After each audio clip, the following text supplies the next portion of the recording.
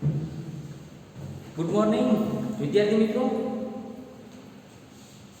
ગઈકાલે બહુ સરસ વાત જાણવા મળી આ ઓનલાઈનની, કે ઓનલાઈન વિદ્યાર્થી મિત્રો લાગે એવું કે ઓનલાઈન લેક્ચર જોવે છે, પણ ઓનલાઈન લેક્ચરની બદલે તો કે પબજી ને ફ્રી ફાયર ને પછી કેવું એમેઝોન પ્રાઇમ ને નેટફ્લિક્સ ને આવું બધું મને સાંભળવા મળ્યું. પણ આપણા મને ખબર છે કોમર્સના વિદ્યાર્થીઓ કોઈ નહીં હોય, ગેરંટી સાથે કહું, મને પૂરી ખાતરી છે. અને એ ખાતરી સાથે ફરીવાર હું નિકુંજ ગઢવાલા એકલવ્ય કોમર્સ તરફથી ફરીવાર બધાનું હાર્દિક સ્વાગત કરું છું.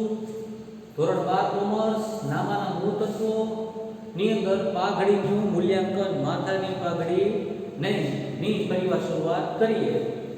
અને હવે આજે જે ચર્ચા કરવાની છે, આપણી ચર્ચા દિવસે ને દિવસે રસપ્રદ બનતી જાય છે. રસપ્રદ ન બનતી હોય તો બનાવવી પડે, કારણ કે સમજવા માટે. કારણ કે આપણો જે સબ્જેક્ટ છે એકાઉન્ટ છે નામાના મૂળ તત્વો, એ કમ્પ્લીટલી પ્રેક્ટિકલ સબ્જેક્ટ છે. પ્રેક્ટિકલ સબ્જેક્ટને સમજવા માટે થઈને તમારે પ્રેક્ટિકલ ઉદાહરણ આપવા પડે. અને એવા જ અસંખ્ય ઉદાહરણ સાથે આજે આપણે પાઘડીના મૂલ્યાંકનને અસર કરતા પરિબળો સમજશું. એમાં સૌથી પહેલું છે ધંધાનું સ્થાન. ધંધાનું સ્થાન અથવા તો સ્થળ. એનો મતલબ એમ છે કે જે ધંધાની પાઘડીનું આપણે મૂલ્યાંકન કરવાનું છે એ ધંધાનું સ્થાન ક્યાં આવેલું છે, સ્થળ ક્યાં આવેલું છે, તેના આધારે તેની પાઘડીની કિંમત નક્કી થાય. મેં ઉદાહરણ આપેલા છે. દાખલા તરીકે સ્કૂલની નજીક સ્ટેશનરીની શોપ હોય તો એનો મતલબ છે કે ત્યાં સ્ટેશનરી વધુ વેચાશે.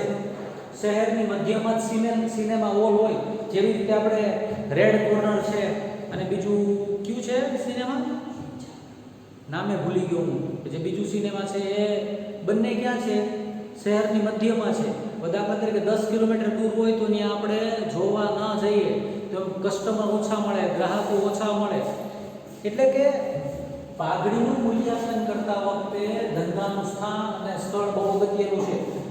મોકાની દુકાન વેચવાની છે એવી છાપામાં તમે જાહેરાત જોશો. મોકાની દુકાન એટલે કે એવી દુકાન કે જ્યાં ધંધો શરૂ કરો એટલે તરત જ વેચાણ શરૂ થઈ જાય, ગ્રાહક વર્ગ સતત ત્યાં આવતો હોય અને નફો થવા માંડે, તો ત્યાં પાઘડીની કિંમત વધારે હોય. અને જે દાખલા તરીકે હાઈવે ઉપર પેટ્રોલ પંપ આવેલા હોય અને શહેરની અંદર પણ આવેલા હોય, તો શહેરની અંદરના જે પેટ્રોલ પંપ હોય છે એની પાઘડી વધારે હોય છે, હાઈવે ઉપર આવેલા હોય એની પાઘડી ઓછી હોય. કારણ શું? તો કે ત્યાં કસ્ટમર ઓછા હોય, અહીંયા સતત કસ્ટમર આવતા હોય. એટલે કે ધંધાનું સ્થળ છે, સ્થાન છે, એ તમારી પાઘડીની કિંમત નક્કી કરવામાં અગત્યનો ભાગ ભજવતો હોય છે. એટલે કે અહીંયા જે મેં તમને ઉદાહરણ આપ્યા, શાક માર્કેટની આજુબાજુ કરિયાણાની દુકાન હોય તો સતત તમારે કરિયાણું વેચાતું હોય શાકભાજીની સાથે, તો શું થાય, એનો ફાયદો મળે કરિયાણાની દુકાનને, તો ત્યાં કરિયાણાના નંબર ઓફ કસ્ટમર વધારે હોય. એવી રીતે કાપડ બજારમાં કાપડની દુકાન હોય ને, કાપડ બજારની અંદર કાપડની દુકાન તો ત્યાં ખૂબ વધારે વેચાય, પણ શાક માર્કેટની અંદર કાપડની દુકાન હોય તો એની કિંમત હોય નહીં.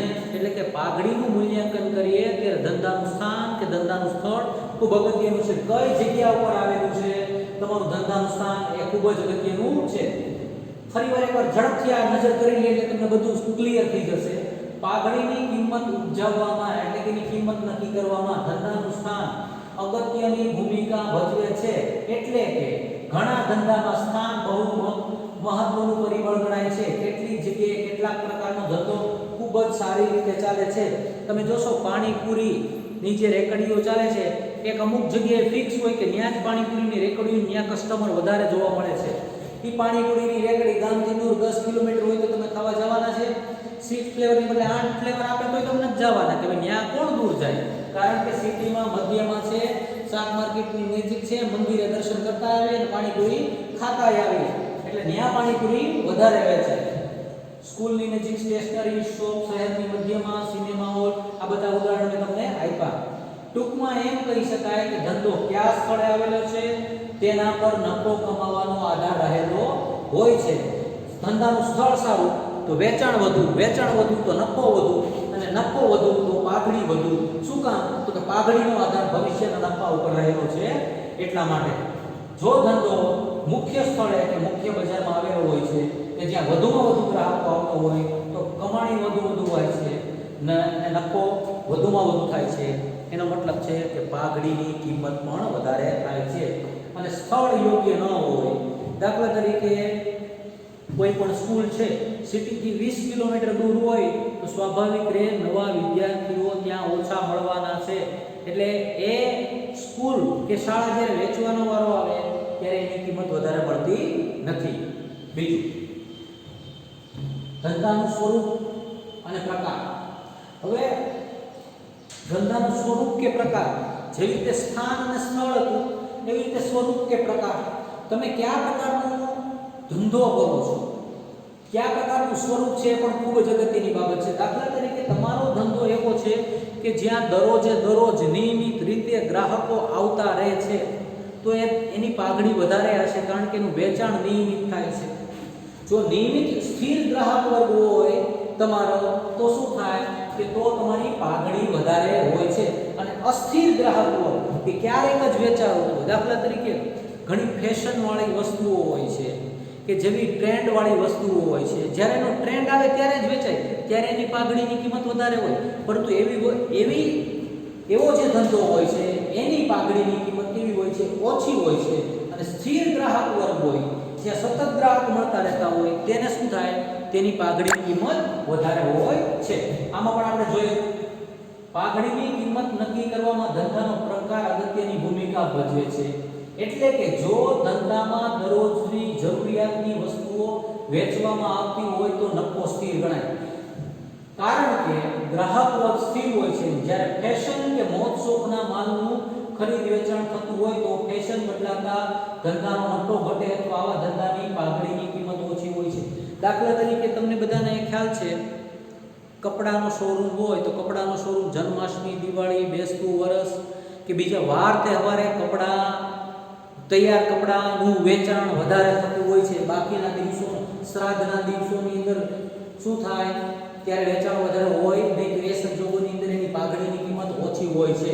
એટલે કે તમારી પાસે કયા પ્રકારનો ગ્રાહક વર્ગ છે, ધંધો ખૂબ સારું ચાલતું હોય અને સ્થિર ગ્રાહક વર્ગ હોય તો પાઘડીની કિંમત વધુ હોય, અને ગ્રાહક ઓછા હોય તો શું થાય કે પાઘડીની કિંમત ઓછી હોય. બીજી રીતે તેમ કહી શકાય કે જોખમી ધંધામાં એટલે કે અસ્થિર ગ્રાહક વર્ગ વાળો ધંધો એની પાઘડીની કિંમત ઓછી હોય છે. ગ્રાહક આવે ને ન આવે, ગ્રાહક આવે ને ન આવે, જો ગ્રાહક જ ન આવતા હોય તો વેચાણ ન થાય, વેચાણ ન થાય તો નફો ન થાય, નફો ન થાય તો પાઘડી ન થાય, કારણ કે પાઘડીનો આધાર નફા ઉપર રહેલો છે. જ્યારે સ્થિર ગ્રાહક વર્ગ વાળા ધંધામાં પાઘડી વધુ હોય છે. આ લીધું જીવન જરૂરિયાતવાળી વસ્તુઓમાં પાઘડી વધારે હોય એમ કહી શકો. ટીવી, ફ્રીજ, એસી તેમાં સમય પ્રમાણે કિંમત નક્કી થાય. દાખલા તરીકે 2 શોરૂમ ટીવીના ચાલતા હોય તો એકમાં વધુ વેચાણ, એકમાં ઓછું હોય. પરંતુ જેની પાસે, એટલે માત્ર એક વસ્તુથી નક્કી ન થાય પાઘડીની કિંમત, પરંતુ જે ટીવી, ફ્રીજ, એસી, દાખલા તરીકે એસી તો કે ચોમાસાની અંદર, ઠંડીની અંદર તમારે એસીની કિંમતમાં ઘટાડો થશે, તેની પાઘડીની કિંમતમાં ઘટાડો થાય. પરંતુ ઉનાળાની અંદર એસીનું વેચાણ વધે તો એની પાઘડીની કિંમતમાં વધારો થતો હોય છે. એટલે એનો બીજો મતલબ એમ પણ તમે કરી શકો કે જ્યારે પાઘડીનું મૂલ્યાંકન કરીએ ત્યારે એક કરતાં વધારે પરિબળો એના ઉપર અસર કરતા હોય છે. માત્ર એક બાબતને ધ્યાનમાં લઈ શકાય નહીં, બધી જ બાબતોને ધ્યાનમાં લઈ અને આપણે પાઘડીનું મૂલ્યાંકન કરી શકીએ છીએ. પહેલું જોયું આપણે ધંધાનું સ્થળ અને સ્વરૂપ, બીજું જોયું ધંધાનું સ્વરૂપ અને પ્રકાર. હવે જોઈએ ત્રીજો, ધંધાના વર્ષો. ધંધાના વર્ષોનો મતલબ એવો થાય કે ધંધો કેટલા વર્ષોથી ચાલુ છે, ધંધાની મુદત. જેમ ધંધો જૂનો એમ એની પાઘડી વધારે. આપણે ખબર છે, ટૂથપેસ્ટ લેવા જઈએ તો આપણે કોલગેટ આપો એવું જ કહીએ છીએ. બિસ્કિટ લેવા જઈએ તો પાર્લેજી જ આપો. સ્ટીલ લેવા જઈએ તો ટાટા સ્ટીલ જ આપો. પિક્ચરની વાત કરીએ તો અમિતાભ બચ્ચન તો તેની પાઘડી વધારે. સિરિયલની વાત કરો તો તારક મહેતા વધારે. બાળકોને સિરિયલની પૂછું તો કે બાલવીર વધારે. એમ તો 11મા 12મા વાળા ઘણા છોટા ભીમ જોવે છો, એવું મેં ક્લાસમાં મને કહેતા, મને નથી ખબર આ કે છોટા ભીમ બહુ જોવે છે કે, બરોબર ને? તો એ બધાને શું થાય તો અમિતાભ બચ્ચન તો કે એની ગેરંટી હોય, એ વર્ષો જૂનો, બહુ વર્ષોથી એક્ટિંગ કરતા આવે છે. એટલે ગમે તે પાત્ર આપો એની એક્ટિંગ સારામાં સારી થવાની છે. એટલે કે ધંધાના વર્ષો જેમ ધંધો જૂનો, દાખલા તરીકે આ ઉદાહરણ મેં વારંવાર આપ્યું. તમારે કંઈ જમવા જવાનું હોય તો તમે સૌથી પહેલાં પ્રખ્યાત હોટલ, મશહૂર હોટલ, જે જૂની હોટલ છે તેને પસંદ કરશો. એવી રીતે તમે પાણીપુરી ખાવા જશો તો તમને એમ થાય સાહેબ આ શ્રાવણ મહિનામાં ક્યાં પાણીપુરી યાદ કરાવો છો, પણ હવે આ પ્રકરણ એવું છે, યાદ કરવું જ પડે. પાણીપુરીમાં સૌથી જૂનો જે હોય, પ્રખ્યાત હોય, ત્યાં જ આપણે જશું. એનો મતલબ કે ધંધાના વર્ષો જેમ ધંધો જૂનો તેમ પાઘડીની કિંમત વધારે. નવો હોય તો એને મહેનત કરવી પડે મશહૂર થવા માટે, પ્રખ્યાત થવા માટે, ત્યારબાદ એની પાઘડીની કિંમતમાં વધારો થાય છે. આ મેં જો તમને બધા એ જ ઉદાહરણ આપ્યા છે, ફરીવાર જોઈ લો. સામાન્ય રીતે ધંધો જેટલો જૂનો હોય તેટલી તેની બજારમાં પ્રતિષ્ઠા વધુ હોય છે, કારણ કે ગ્રાહકો તે પેઢીથી પરિચિત હોય છે, ગ્રાહકો જાણતા હોય છે તેને. તેથી ગ્રાહક વર્ગ તેનો સ્થિર હોય છે. પરિણામે આવા ધંધાની પાઘડી ખૂબ વધારે હોય છે. એટલે તમે કહી શકો કે કેટલા સમયથી ધંધો ચાલે છે તેના ઉપર પાઘડીનો આધાર રહેલો છે. બિસ્કિટમાં પાર્લેજી, ટૂથપેસ્ટમાં કોલગેટ, ટાયરમાં એમઆરએફ, આ ભૂલી ગયો તો હું. કલાકારમાં અમિતાભ બચ્ચન, સિરિયલમાં તારક મહેતા, પછી આ કઈ સીઆઈડી, યુ દયા કુછ તો ગડબડ હે, એવું કંઈક વારંવાર બોલે ને, આ બધા જોતા જશો વારંવાર. કેટલી વાર એકને એક હપ્તા જોયો. કારણ શું? વર્ષોથી કહેવાય ને પકડ જમાવીને, પોતાના દર્શકો પર જમાવીને બેઠું છે. બજારની સ્થિતિ, ધંધાની હરીફાઈની પરિસ્થિતિ, પાઘડીનું જ્યારે મૂલ્યાંકન કરવાની વાત આવે ને ત્યારે અસંખ્ય પરિબળો અસર કરે છે. એમાંનું એક પરિબળ છે બજારની પરિસ્થિતિ. રાઈટ નાઉ, અત્યારે આજની તારીખે હું તમને લોકડાઉનની પરિસ્થિતિની અંદર કહું, કોઈ ફાર્માસ્યુટિકલ કંપની વેચવા નહીં જાય. આ સેનિટાઈઝર બનાવતી કંપની, પેરાસિટામોલ બનાવતી કંપની, રાતોરાત એ કંપનીના શેર 1000 ગણા, 2000 ગણા થઈ ગયા. શું કામ? ધંધાની હરીફાઈની પરિસ્થિતિ. અત્યારે મલ્ટીપ્લેક્સ તો કે કિંમત 0, કાપડ ઉદ્યોગ તો કે 0. શું કામ? અત્યારે પરિસ્થિતિ, આ પરિસ્થિતિ, કોઈ ગ્રાહક નથી. અને ફાર્માસ્યુટિકલ કંપની 24 કલાક કામ કરે છે તોય ઘટે. એટલી પેરાસિટામોલ, એટલી દવાઓ, રાતોરાત એની ડિમાન્ડ ઊભી થઈ. એટલે કે ધંધાની પરિસ્થિતિ, બજારની પરિસ્થિતિ તમારી પાઘડીના મૂલ્યાંકન ઉપર અસર કરે છે. માર્ચ પહેલા યાદ કરો તમે, માર્ચ પહેલા આપણે મોઢા ઉપર રૂમાલ બાંધતા તોય આપણે બધાને કહેતા કે મોઢા પર હું રૂમાલ બાંધ્યો છે. એની બદલે આજે શું છે? માસ્કનું વેચાણ કરે છે લોકો. અસંખ્ય અલગ અલગ પ્રકારના માસ્ક માર્કેટની અંદર તમને જોવા મળે છે. પરિસ્થિતિ બદલી કે માસ્ક જે વેચતા હતા એ લોકો N95 માસ્ક વાળા પાસે સ્ટોક નથી. માણસો ઢગલો રાખીને કામ કરે છે. શું થયું? અચાનક એની કિંમત વધી ગઈ, પાઘડીની કિંમત વધી ગઈ. એમ બજારની પરિસ્થિતિ છે એ તમારા પાઘડીના મૂલ્યાંકન ઉપર અસર કરી શકે છે. શું લખ્યું છે જોઈએ. જે ધંધાને અમુક સ્થળ પૂરતો ઇજારો હોય તો તે ધંધાની પાઘડીની કિંમત વધુ ગણાય, પરંતુ જો તે ઇજારો ટૂંક મુદતી હોય તો તે પાઘડીની કિંમત ઓછી ગણાય છે. એટલે કે ધંધાની બજારમાં કેવી સ્થિતિ છે તેના પર પણ પાઘડીના મૂલ્યનો આધાર રહેલો છે. ઘણી વાર દાખલા તરીકે આયા ઇજારાશાહી પરિસ્થિતિની વાત કરી છે. ઇજારાશાહી પરિસ્થિતિની એટલે ટૂંકા સમય માટે થઈને કોઈ પણ કંપની માર્કેટની અંદર આવી હોય તો એની પાઘડી ઓછી હોય, અને જે કંપની લાંબા સમય માટે કામ કરવા માંગતી હોય, ખૂબ લાંબા સમય સુધી કામ કરી શકે એવો હોય, તેની પાઘડી શું હોય છે? વધારી.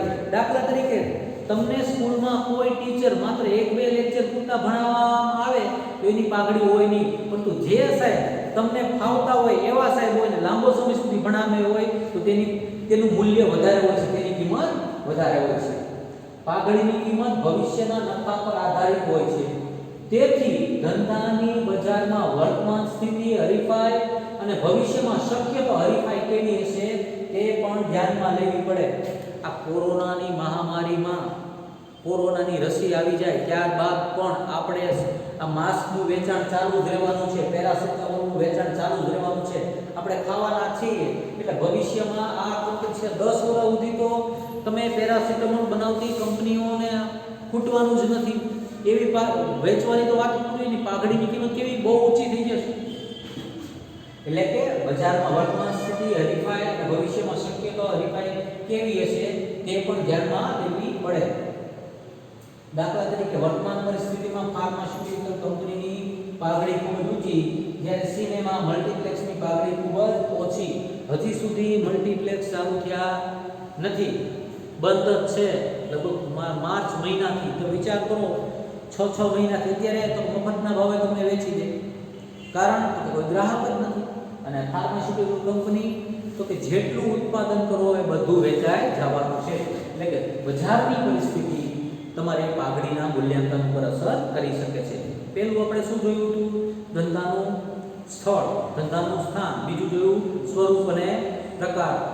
અને ત્યારબાદ આપણે બજારની સ્થિતિ, ધંધાની હરીફાઈની પરિસ્થિતિ જોયું, સ્વરૂપ જોયું, પ્રકાર જોયો. એટલે કે ટૂંકમાં કહેવાની બાબતે કે પાઘડીનું મૂલ્યાંકન કરવાનું આવે ને ત્યારે તમારે એક કરતા વધુ પરિબળો કામ કરે છે. એના પછીનો સંચાલકોની કાર્યક્ષમતા, વ્યક્તિગત કૌશલ્ય. જે જગ્યાએ વ્યક્તિગત કૌશલ્ય હોય ને એ વ્યક્તિગત કૌશલ્યમાં પાઘડી ઓછી હોય. દાખલા તરીકે હું એક ડોક્ટર છું, એ ડોક્ટરનું ક્લિનિક ખૂબ સારું ચાલે છે, કારણ કે હું બધાને સાજા કરી દઉં છું. હવે હું મારી એક ક્લિનિક બીજાને વેચી દઉં, હું બીજી જગ્યાએ ચાલી દઉં, તો એ ખાલી ક્લિનિકમાં કોઈ પેશન્ટ નહીં આવે. કારણ તો કે ડોક્ટરનું વ્યક્તિગત કૌશલ્યને હિસાબે ત્યાં આવતા. એવી રીતે વકીલ છે, વકીલ પોતાની ઓફિસ બીજાને વેચી દે તો એને ત્યાં કેસ લડવાવાળા બીજા એને ગ્રાહકો નહીં મળે, કારણ કે વકીલની પોતાની વ્યક્તિગત આવડત હતી. એમ વ્યક્તિગત આવડત હોય, વ્યક્તિગત કાર્યક્ષમતા હોય જે સંચાલકની, એ પેઢીમાં જો સંચાલક બદલે ને તો એ પાઘડીની કિંમત ઓછી થઈ જાય, પણ સંચાલક એમને રહે તો પાઘડીની કિંમત વધારે રહે છે. એવા તમે અસંખ્ય ઉદાહરણ આપી શકો કે માત્ર સંચાલકની કાર્યક્ષમતાને હિસાબે શું થતું હોય, એ પેઢીની પાઘડી વધારે હોય છે. એટલે કે વ્યક્તિગત કૌશલ્ય જ્યાં હોય ત્યાં પાઘડી ઓછી હોય છે, અને વ્યક્તિગત કૌશલ્ય ન હોય ત્યાં શું હોય છે, પેઢીની પાઘડી વધુ હોય છે. દાખલા તરીકે કોઈ પેઢી છે, એ પેઢીની અંદર કોઈ એક કારીગર ઉપર આધારિત છે, તો એક કારીગર જો ચાલ્યો જાય તો પેઢીની પાઘડીને અસર કરી શકે. તો વ્યક્તિગત કૌશલ્ય હોય ત્યાં પેઢીની પાઘડી ઓછી હોય છે. સંચાલકોની કાર્યક્ષમતા જોઈ લઈએ.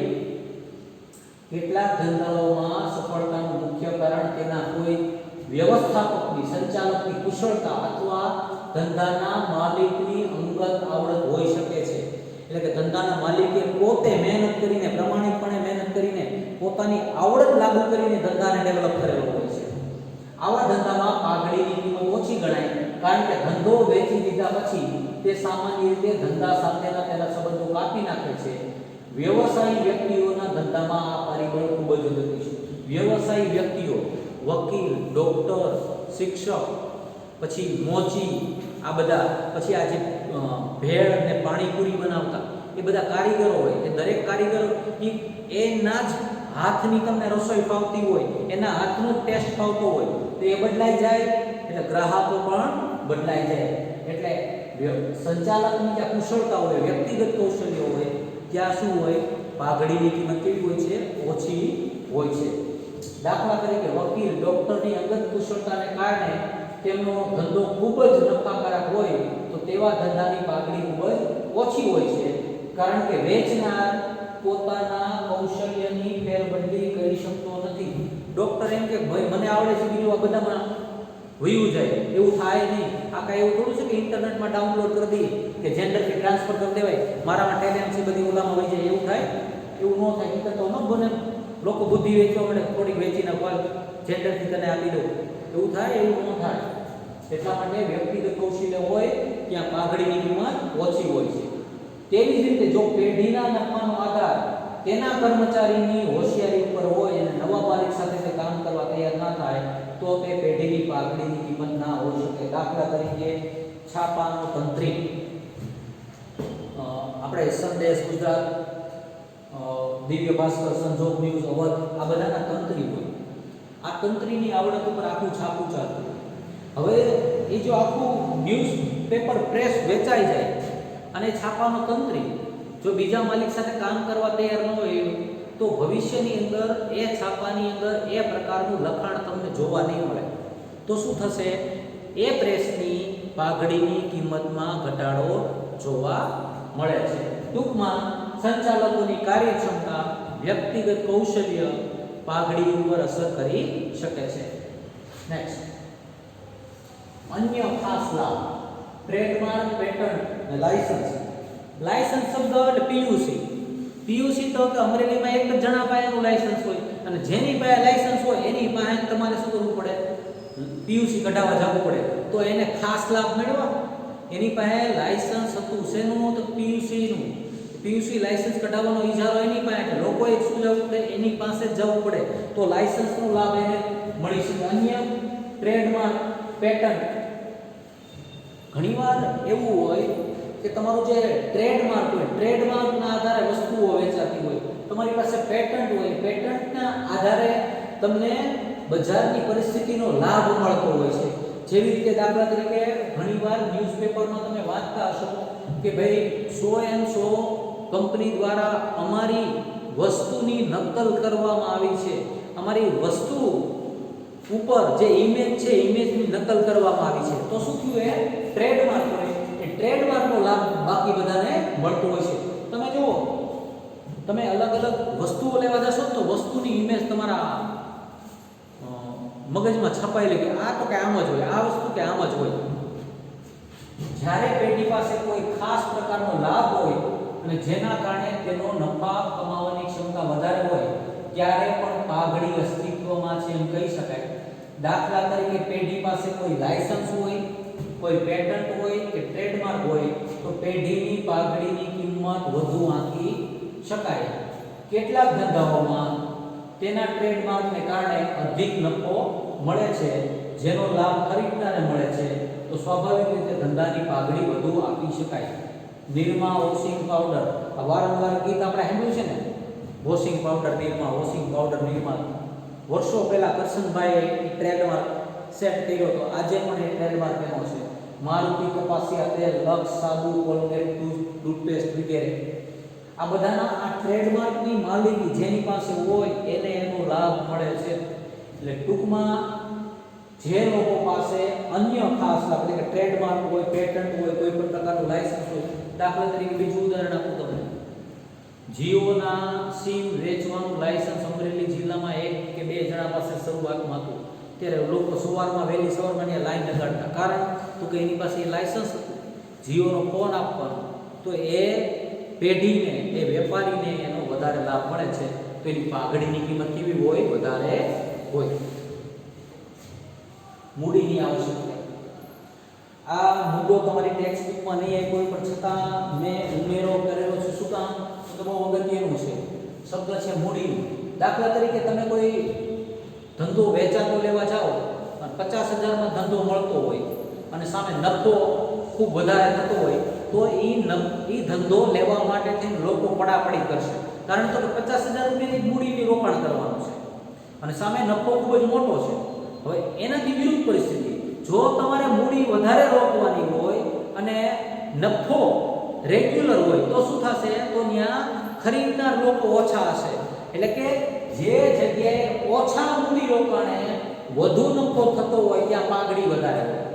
ઓછા મૂડી રોકાણે વધુ નફો હોય ત્યાં પાઘડી શું હોય? વધારે હોય. અને વધુ મૂડી રોકાણે વધુ નફો હોય ત્યાં પાઘડી ઓછી હોય. કારણ શું છે? તો કે મૂડી રોકાણ વધારે કરવાનું, એક જગ્યાએ 50,000 કરવાનું, બીજી જગ્યાએ 5 લાખ રૂપિયા, બેમાં નફો સરખો મળે. પરંતુ શું છે? તો કે ઓછી મૂડીથી વધુ નફો મળે છે ત્યાં પાઘડી વધારે હોય. વધુ મૂડીમાં પાઘડીની કિંમત શું ગણાય? ઓછી ગણી શકાય. એટલે કે આપણે અલગ અલગ ઘણા પરિબળ જોઈએ. એ ઉપરાંતના પરિબળ મેં દર્શાવેલા છે. કયું? નફાનું પ્રમાણ. જેમ નફાનું પ્રમાણ વધુ એમ પાઘડી વધુ. ગ્રાહકોના પ્રકાર, સ્થિર અને અસ્થિર, એ પણ અસર કરી શકે.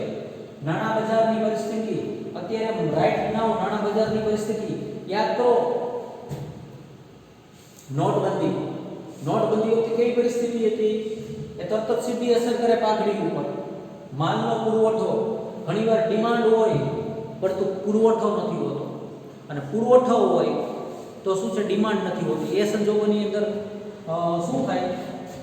પાઘડી. તમને વર્ષ દરમિયાન ઘણીવાર એવું જોવા મળે છે, અચાનક ડુંગળીના ભાવ 150 રૂપિયા અને 200 રૂપિયા. યાદ છે ને? ડુંગળીના ભાવ, લસણના ભાવ બહુ ઊંચા વયા જાય તો અચાનક જેની પાસે ડુંગળી પડી હોય એ પેઢીની શું થાય, પાઘડી વધી જાય. અને જ્યારે ડુંગળી 2 રૂપિયા 5 રૂપિયા વેચે ત્યારે એની પાઘડી નીચી આવી જાય. માલનો પુરવઠો પણ અસર કરી શકે. વેચાણ પછીની સેવાઓ, આપણે કોઈ વસ્તુ ઓનલાઈન મગાવી, ઓનલાઈન લઈ પાછી મોકલી, પાછી મોકલીએ એટલે તરત જ આપણને મેસેજ આવે કે આપણા ખાતાની અંદર પૈસા પાછા આવી જાય.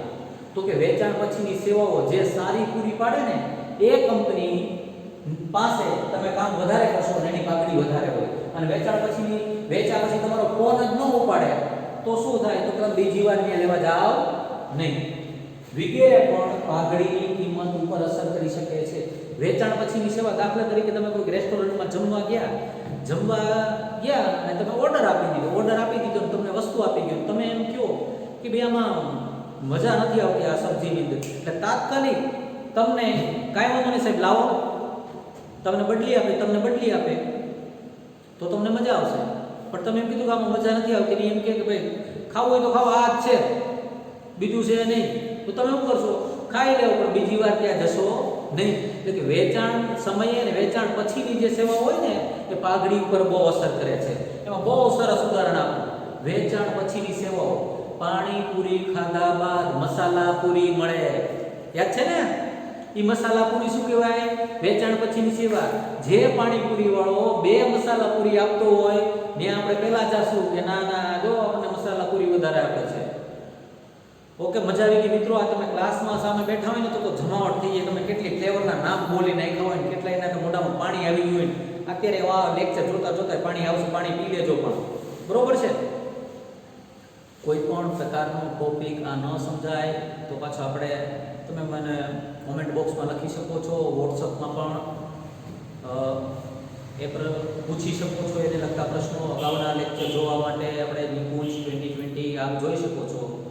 ઓળખાણ એકવાર તમે ના પાડશો તો ફરીવાર એકવાર આપી દઉં. હું Nikunj Gadhwala, Eklavya commerce. Thank you very much.